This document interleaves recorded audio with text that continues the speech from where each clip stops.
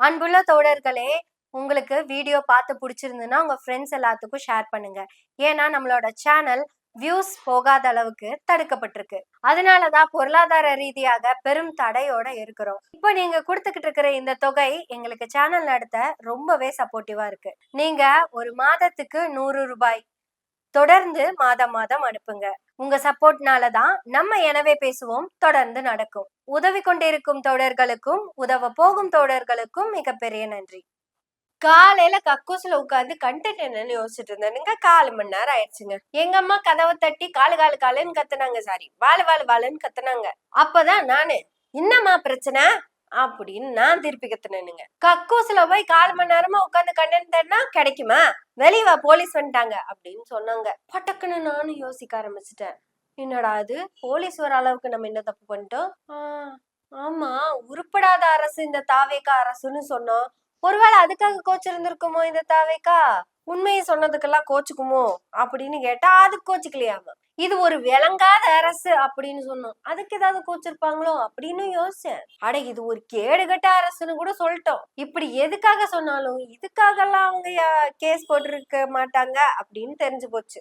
யோசிச்சு பாருங்களேன், custodial death 6 நடந்துருச்சு. அட, ஒரே ஒரு வார்த்தை, ஒத்த பையனை மொத்த பேரு சேர்ந்து அடிச்சா அதுக்கு பேரு கோஷ்டி மாடல் அப்படின்னு சொல்றதுக்கு தான் அரசாங்கமா? அப்ப இது விளங்காத அரசு தானே அப்படின்னு நம்ம சொன்னோம்னா கண்டிப்பா கோச்சுக்க மாட்டாங்க.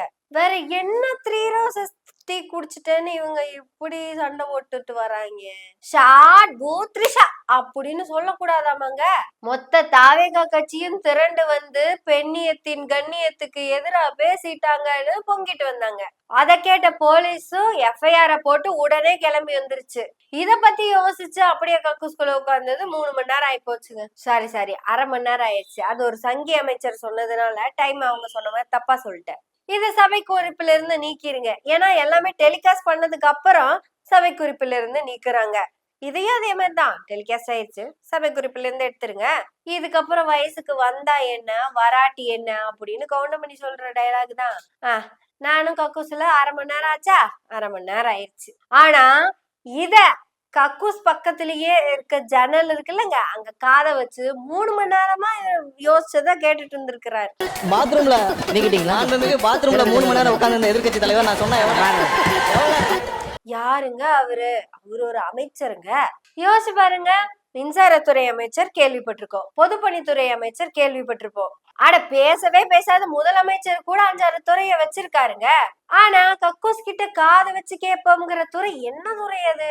அப்ப இது நல்ல அரசுன்னு நம்ம சொல்லிட்டு போயிடலாம். நாம ஏன் தேவையில்லாம திட்டிட்டு. இப்படியாக நேத்து சட்டமன்றத்துல கக்கூஸ் கிட்ட காது வச்சு கேக்குற அந்த அமைச்சர் ஏதோ பேசியிருக்கிறாரு. அது ஒரு துறை சார்ந்த அமைச்சருங்க, நம்ம ஏன் தப்பா பேசிட்டு. அவரு பேசுற உடனேயும் சபை குறிப்பில இருந்து நீக்கிட்டீங்களா அப்படின்னு உதயனை கேட்டிருக்காரு. அப்படி நீக்கிறதுக்கு லேட் ஆகும் அப்படின்னா இந்த சங்கி சேர்த்து நீக்கிறீங்க அப்படின்னு ஒரு வாய்ப்பு கொடுத்துருக்கிறாரு. அவ்வளவுதான். இப்ப தமிழ்நாட்டுல யார் யாரு பாத்ரூம்ல எவ்வளவு நேரம் உட்கார்ந்துருக்காங்க அப்படின்னு கண்காணிக்கிறதுக்கு ஒரு தனி அமைச்சர் வச்சிருக்கீங்களா என்பதை நான் கேட்க விரும்புறேன். இப்படியாக மக்கள் பிரச்சனைய பத்தி ஆளுங்கட்சி பேசியிருக்காங்க. மக்கள் எல்லாரும் சேர்ந்து ஓட்டு போட்டு எம்எல்ஏக்கு கார் தரணும்னு நினைச்ச விஜய் சத்தியம் பண்ணார்ல, மக்கள் பைசாவில இருந்து 1 ரூபாய் கூட தொடமாட்டேன். ஊரா ஓட்டுறையில உங்க வீட்டு எம்எல்ஏக்கு ஸ்வீட் செய்யாதீங்க அப்படின்னு பேசினார்ல.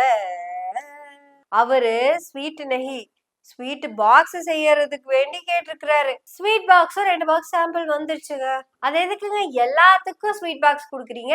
ஏற்கனவே இருக்கிறவங்களுக்கே எதுக்கு ஸ்வீட் பாக்ஸ்ன்னு கேக்குறாங்க. இந்த அரசு பொறுப்பேற்ற முதல் நாள்ல இருந்து சொல்றது கஜானாவை தொடச்சு வச்சுட்டு போயிட்டாங்க, கஜானால பணம் இல்லை என்பதுதான் தொடர்ந்து இவங்க வச்சிருக்கக்கூடிய குற்றச்சாட்டு. இன்னைக்கு காரை இலவசமா நீங்க கொடுக்குறீங்க, அது உங்க முதலமைச்சருடைய உரிமை. நாங்க எங்களுக்கு கார் தேவையில்லை, எங்களுடைய திராவிட முன்னேற்ற கழக உறுப்பினருக்கு கார் தேவையில்லை. வேட்புமனு தாக்கல்ல நீங்க அஃபிடவிட்ல ஃபைல் பண்ணிருப்பீங்க, யார் யாருக்கு கார் இல்ல, எவ்வளவு சொத்து இருக்கு அப்படின்னு சொல்லிருப்பீங்க. அது தகுந்த மாதிரி அவங்களுடைய வசதி வாய்ப்புக்கு ஏற்ற மாதிரி கார் வாங்கி கொடுங்க. அதுக்கு என்ன சொல்லணும்? ஆமா, கரெக்ட் தாங்க, எங்களுக்கு தான் கூறு கிடையாது, நாங்க தான் கூறு கட்ட அமைச்சர்களாச்சே அப்படின்னு உண்மையை சொல்லியிருந்தா கூட சரின்னு ஏத்திருந்திருக்கலாம். ஆனா அப்படித்தான் கொடுப்போம், ஸ்வீட் கொடுப்போம், ஸ்வீட் பாக்ஸ் கொடுப்போம், கூட்டணியில இருக்கிற கம்யூனிஸ்ட் கேட்டிருக்கிறாரு சார். சார் நீங்க கேட்டீங்களா இல்லையா சார்? அவர் எந்திரிச்சு நான் என்ன வெங்காயத்துக்கு இதெல்லாம் கேட்க போறேன் அப்படின்னு சொல்லி போட்டாரு. நான் அவருக்காகவே நாங்க பேசுவோம். எப்பவுமே நாங்க குறையுள்ள மக்களுக்காக பேசுவோம். ஜாவேகா மட்டும் இல்ல, எல்லா கட்சி கம்யூனிஸ்ட் தோழர்கள் அங்க இருந்து வராங்க. அந்த மாரிமுத்து அண்ணன் கிட்ட கார் கிடையாது. இதுதான் கம்யூனிஸ்ட் தோழர்களுடைய நிலைப்பாடு. கம்யூனிஸ்ட் கட்சி சார் அவங்க சொல்லிட்டு சொல்லுங்க, உங்க கருத்தை சொல்லுங்க. உங்களுக்கு பேரவைத் தலைவர்களே சுருக்கமா சொல்லுங்க. சில சட்டமன்ற உறுப்பினர்கள் கார் வேண்டும் என்று முதலமைச்சர் கோரிக்கை வச்சாங்க. ஆமா, முதலமைச்சர் அறிவிச்சிருக்காங்க. எங்களை பொறுத்தவரை கார் தேவையில்லை என்பது எங்களுடைய நிலைப்பாடு என்பதை தெரிவித்தோம். கொஜானா காலி தொட்டு வச்சுக்கிறாங்கோ. தொட்டு வச்சதுல இருந்து தொட்டு நக்குவேன் நான் காரை வாங்கி அப்படின்னு பேசுறது என்ன பேச்சுங்க. இதெல்லாம் விட்டுட்டு முதலமைச்சர் ஆக்சுவலா என்ன பேசி இருந்திருக்கணும்னா, நான் தென்னாட்டு முதலமைச்சர் கூட்டத்துக்கு போயிருந்தேன் இல்லைங்க, அங்க எனக்கு ஒரு பொறுப்பு கொடுத்திருக்கிறாங்க. அங்க வந்த மத்த மாநில முதலமைச்சர்கள் கிட்ட எல்லாம் நேருக்கு நேராக நின்று தமிழ்நாட்டின் நலன் என்பது தமிழ்நாட்டை மட்டுமே குறிக்கும், நான் தமிழ்நாட்டுடைய முதலமைச்சரானதுனால நான் தமிழ்நாட்டை பத்தி பேச வந்திருக்கிறேன், நீங்க தண்ணி எனக்கு கொடுக்கணும், நீங்க தண்ணிய உயர்த்தணும் அப்படின்னு பேசிட்டு வந்துக்கிறேன். கேட்ட 2 பேரும் என்ன பார்த்த உடனேயுமே சரின்னு சொல்லிக்கிறாங்க. இப்படி ஏதாவது சட்டசபையில வந்து முதலமைச்சரா இருந்து நீங்க பேசியிருந்தீங்கன்னா சட்டசபையினுடைய மாண்பும் சட்டசபையினுடைய அந்த வரலாறும் காப்பாத்தப்பட்டிருக்கும். ஆட ஒரு வாரமா தூங்கிட்டு இருக்கிற அந்த ஃபைல் எடுத்து ஓபன் பண்ணி என்ன ஏதுன்னு பார்த்து பேசிருக்கலாம்ல முதல்வரே. ஆதாரம் இருக்குது, சேதாரம் கூட 1 ரூபாய் இருந்தா போதும்னு சொல்ற ஆதாரம் இருக்குது. அம்புட்டு ஆதாரமும் ஃபைல்ல பக்கம் பக்கம் பக்கம் பக்கமா. மரிய வில்சன் என்ன புரியாமலா பேசியிருக்கிறாரு?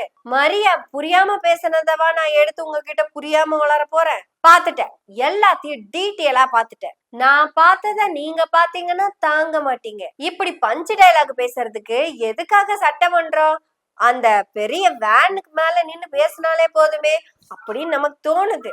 இன்னைக்கு தமிழ்நாட்டுல இருக்கிற அரசியல்வாதிகளுக்கு சட்டமன்றம் சனி ஞாயிறு லீவு. அவங்களுக்குன்னு சில பர்சனல் வேலைகள்லாம் இருக்கும்ல. 5 நாள் தான் பொது வாழ்க்கை, 2 நாள் தனி வாழ்க்கை. இப்படி 1/2 மணி நேரம் கக்கூஸ்குள்ளேயே இருந்த அவரை பத்தி பேசின இவங்கதான் 2 மாசம் ஒரு கட்சியா கக்கூச விட்டு வெளியே வரல அப்படிங்கறத பத்தி பேச மாட்டேங்கிறாங்க. நீதி வென்றுச்சு அப்படிங்கறதுக்கு அப்புறம் தான் எல்லாம் வந்து வெளியவே பேசினாங்க.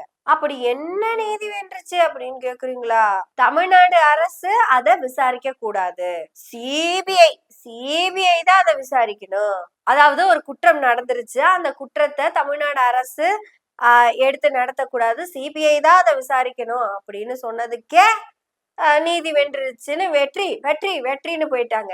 நீதி இன்னும் வரல, சத்தியமா நீதி இன்னும் வரல. அது விசாரணை என்னாச்சுன்னே தெரியல, இனி நடக்குமான்னு தெரியாது. விசாரணையே நடக்காத ஒரு கேஸுக்கு நீதி வென்றுச்சுன்னு 2 மாசம் கழிச்சு பேசின இவங்க 1/2 மணி நேரம் ஒருத்தர் லேட் பண்ணிட்டாரு சொல்றதுக்காகவே ஒரு துறையை ஒதுக்கி இருக்காங்க.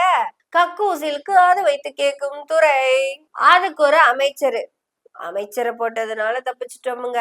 துறை செயலாளரா ஏதோ IAS அந்த துறைக்கு அமைச்சரா போட்டிருந்தா யோசிச்சு பாருங்க. இப்படி புதுசா கண்டுபிடிச்ச அந்த துறைக்கு ஒரு ஆபீஸ போடணும், அதுக்கு ஏசி போடணும், 4 பேர் வேலைக்கு வைக்கணும்.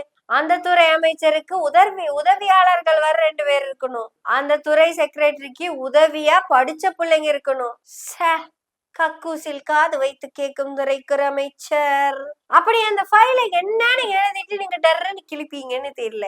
சரி, இத பத்தி பேசி நாம ஒண்ணும் கிழிக்க போறதில்ல, நம்ம வந்தோமா பேசணுமா போனோமான்னு இருக்கணும். சரி, ரொம்ப சீரியஸான விஷயம் ஏதாவது இருக்கும், கண்டிப்பா சட்டமன்றத்தை பார்த்து அதுல இருந்து எடுத்து பேசுவோம்னு பார்த்தா மக்களுக்கு நாங்க நல்லது பண்றோம், மக்களுக்கு நாங்க நல்லது பண்றோம் அப்படின்னு சொல்றாங்களே ஒழிய மன்மத நன்றிக்கெல்லாம் கார் வாங்கி கொடுத்து என்ன பண்ண போறீங்க? கொடுத்ததெல்லாம் கொடுத்தான், அவன் காரு வாங்கி கொடுத்தான், ஒருத்தருக்கா கொடுத்தான், MLA மொத்த பேருக்கும் கொடுத்தான். மணப்பாறை மாடு கட்டி மகேந்திரா காரு பூட்டி வயக்காட்ட உழுது ஓடு செல்லக்கண்ணு, அவன் அறுத்து தள்ளி வச்சுடுவான் செல்லக்கண்ணு. இப்படியாக பாட்டு மன்றமும் பேச்சு மன்றமும் நடந்து கொண்டிருக்கும் அந்த சட்டமன்றத்திலே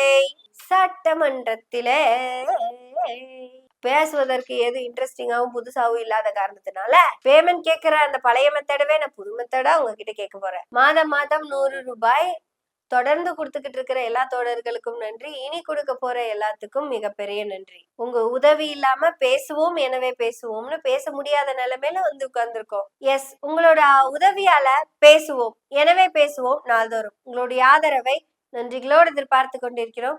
நன்றி, வணக்கம். நன்றி.